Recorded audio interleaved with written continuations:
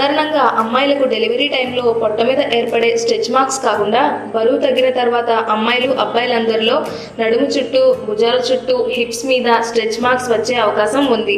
ఈ పరిస్థితిలో చర్మం కింద కొల్లాజన్ ఫైబర్స్ ఆగిపోయి విడిపోవడం వల్ల నడుము మీద, భుజాల చుట్టూ ఏర్పడే తెల్లని పొడవైన చారలనే స్ట్రెచ్ మార్క్స్ అంటారు.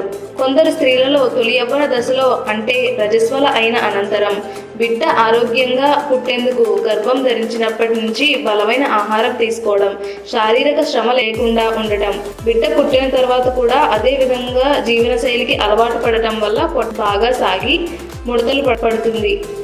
ఈ విధంగా ఒక్క గర్భిణీలకే కాదు, కొవ్వు పదార్థాలు ఎక్కువగా ఉండే ఆహారం తీసుకుంటూ ఏ విధమైన ఎక్సర్సైజ్ చేయకుండా ఉండవలసిన దానికన్నా అధిక బరువు ఉండే ప్రతి ఒక్కరికి ఈ విధంగా ముడతలు పడటం సహజం.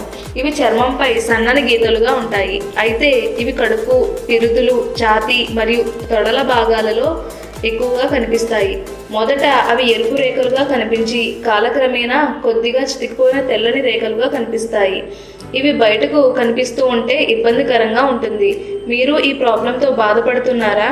అయితే వీటిని సులభంగా పోగొట్టుకోవడానికి ప్రస్తుతానికి ఒక సింపుల్ హోమ్ రెమెడీ మీకోసం.